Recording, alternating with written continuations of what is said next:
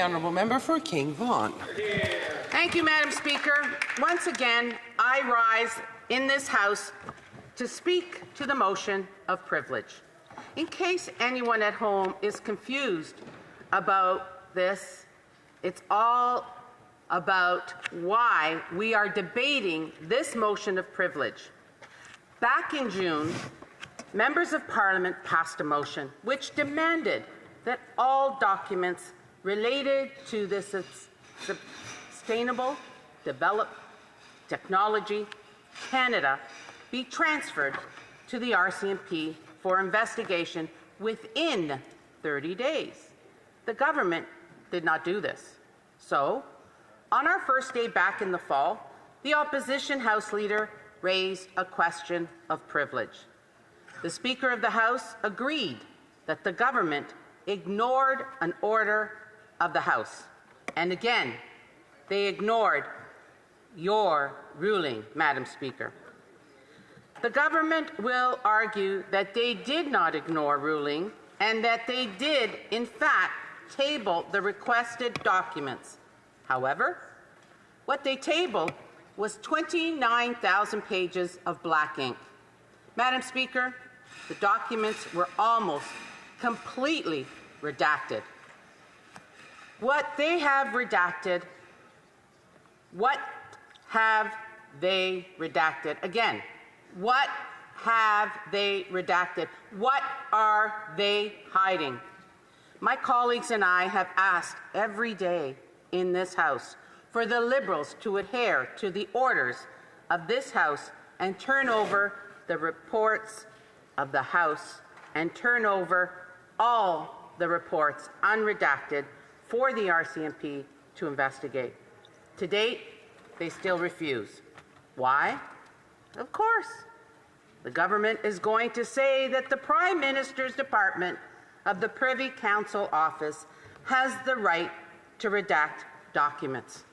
However, the Act actually says that if a body such as Parliament were to order the production of documents, the Privy Act cannot be used as an excuse to redact information.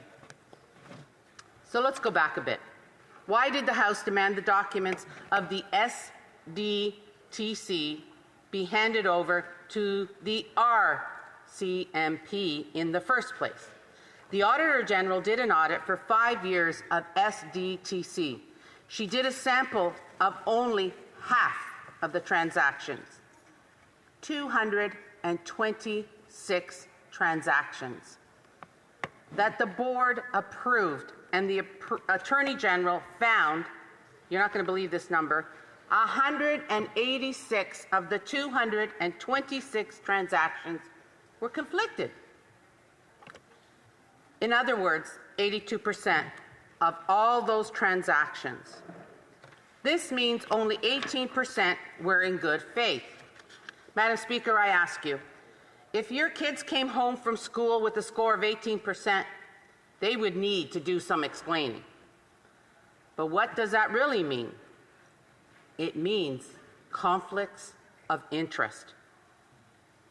Well, it means that those Liberal board members in charge of distributing funds were meant to help Canadian companies develop and deploy sustainable technologies, funneled money into their own pockets.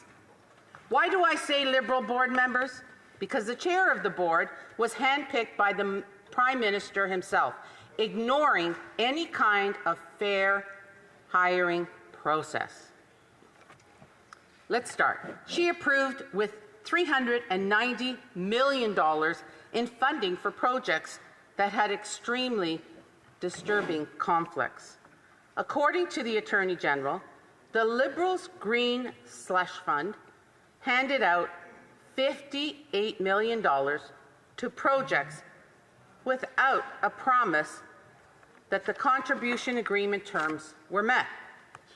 Another $58 million went to 10 projects deemed ineligible as they could not prove an environmental benefit or were not developing green technologies. Finally, there was a $334 million in over 186 cases where SDTC board members held a conflict of interest. And here's an interesting piece of information that my colleague from South Shore St. Margaret's has shared previously.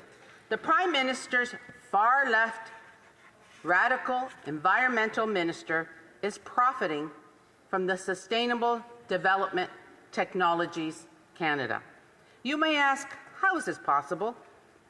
Prior to his election, he was a paid lobbyist for a green technology investment firm called Cycle Capital. Cycle Capital is a venture capital firm whose investments received, are you sitting down for this, Madam Speaker? Over $200 million since it was created from the Liberal Green Slush Fund.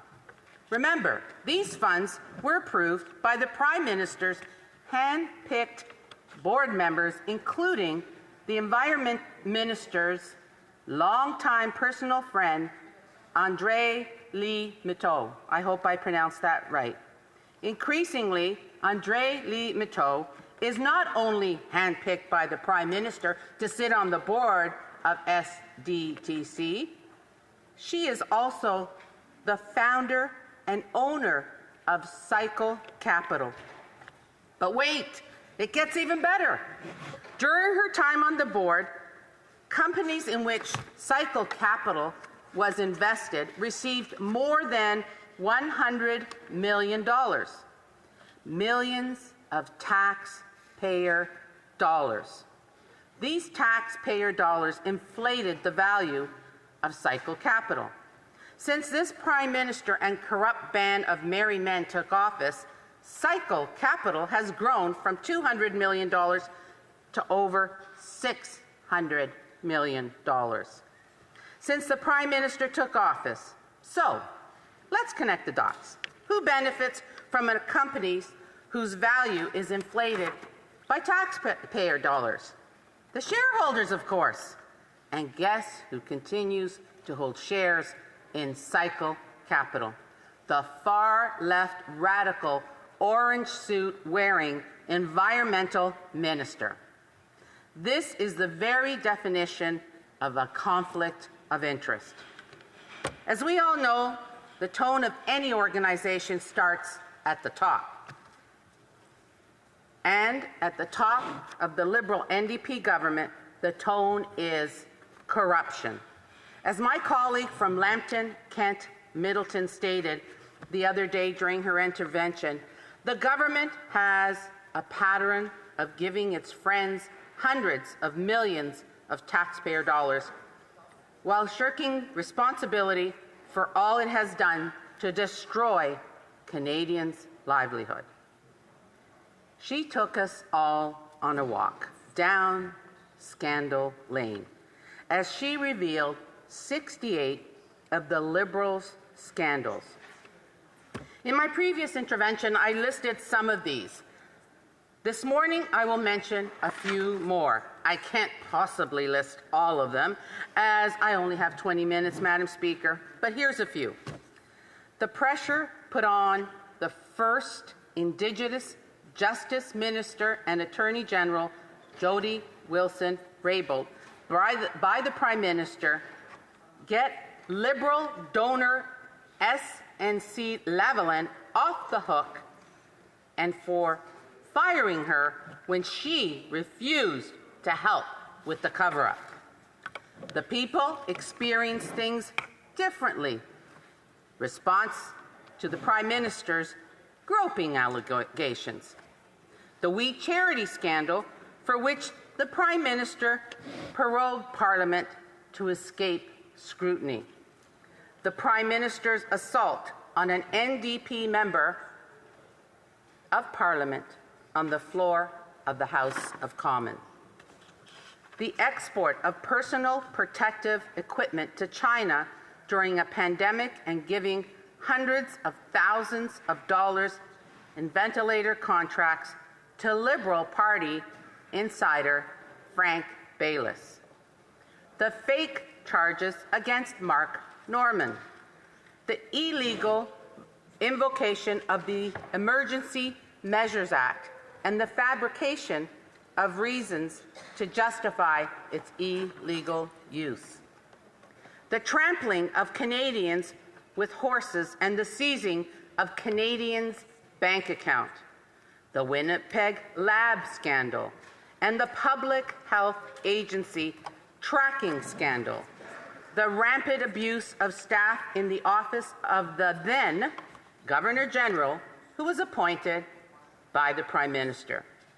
The $100,000 Governor General private jet parties. The Liberal connections with illegal casino magnates. The vaccine delays. The Prime Minister's racist costumes on an official trip to India. His racist blackface costumes. The mass airport delays and cancellations.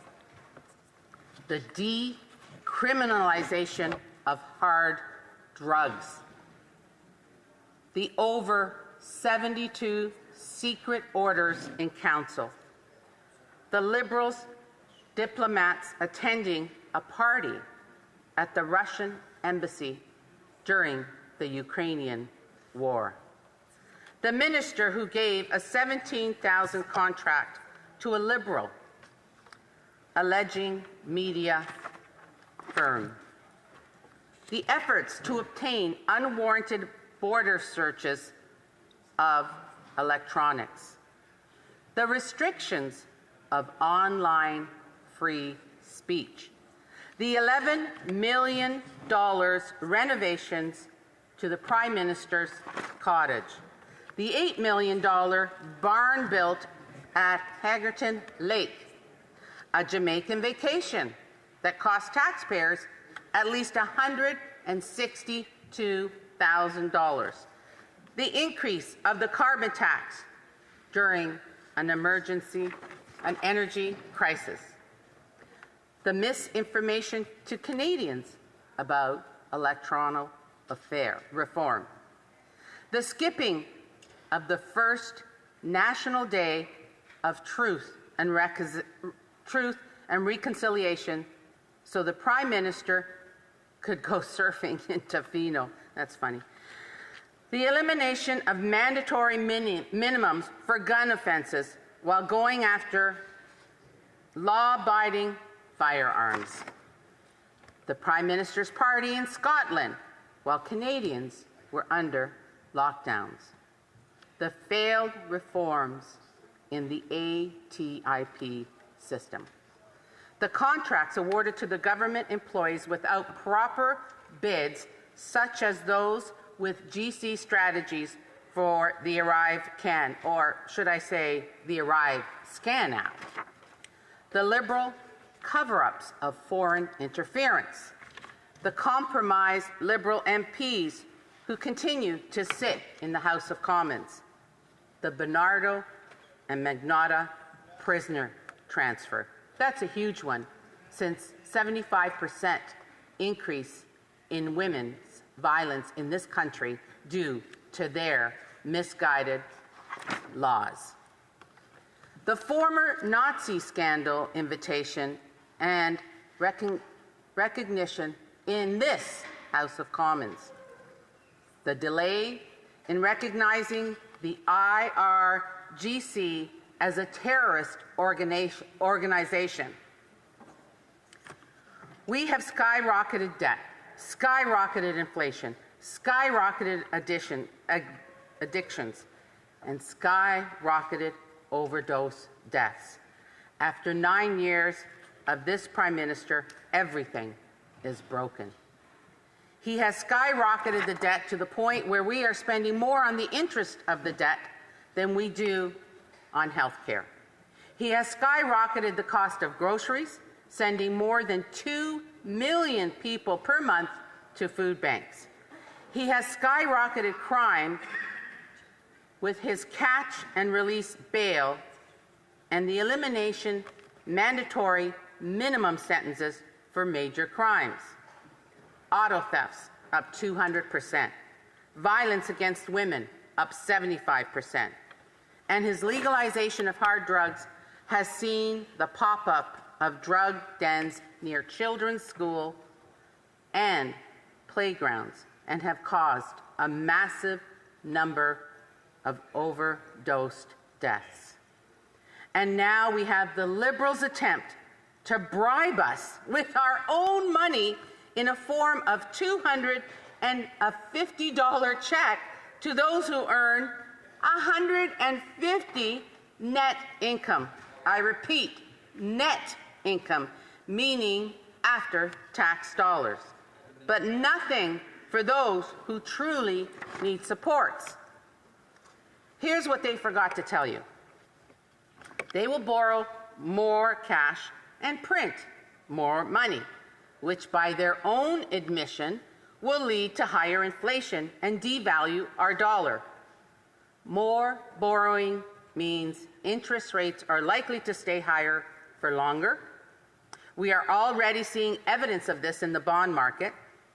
Borrowing more means your kids and grandkids will foot the bill. This is simply short-term gain for long-term pain. Madam Speaker, if the Prime Minister is so confident in his economic policies, why doesn't he let the people decide and call for an election? He can run on his failed economic ideology, while common sense Conservatives will run on our common sense plan to axe the tax, build the homes, fix the budget, and yes, Madam Speaker, stop the crime. Axing the tax will permanently lower the price of gas, groceries, and home heating. We will build the homes by axing the sales tax on new homes, sparking a 30,000 extra homes built each year and effectively lowering prices. Madam Speaker, yesterday the member from Winnipeg asked why they should listen to the self-serving leader of the Conservative Party.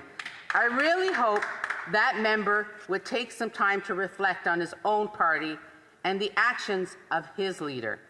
He may come to realize that if the Liberal leader, the Prime Minister, who is self-serving, as evidenced by the list of growing scandals designed to line his pockets and those of his friends.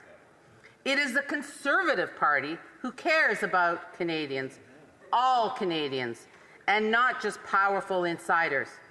Perhaps he and all members on the other side of the House will eventually realize that the words coming out of their mouths do not match the actions of their party. They have spent millions of dollars, millions and millions of taxpayer dollars on their friends, while Canadians struggle to make ends meet. Just imagine the good that $400 million could have done, the deserving lives it could have changed. And I ask this, is it not the very definition of self-serving to ignore the ruling of this House to provide documents which could self-incriminate? Once again, the members on that side of the House like to project their character flaws onto us.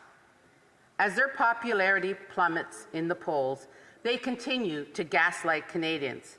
What they don't seem to realize is that Canadians have had enough. Canadians need a common sense plan that puts Canadians first. Common sense Conservatives will put Canada first. We will build our military and secure our borders. Madam Speakers, Canadians want a Prime Minister with the brains and backbone to stand up for this country, a leader who knows how to play chess, not checkers. In other words, Sir Wilfrid Laurier, Canada first, Canada always. It's time to stop the corruption, axe the tax, to help all Canadians, and call a carbon tax election today. Thank you, Madam Speaker.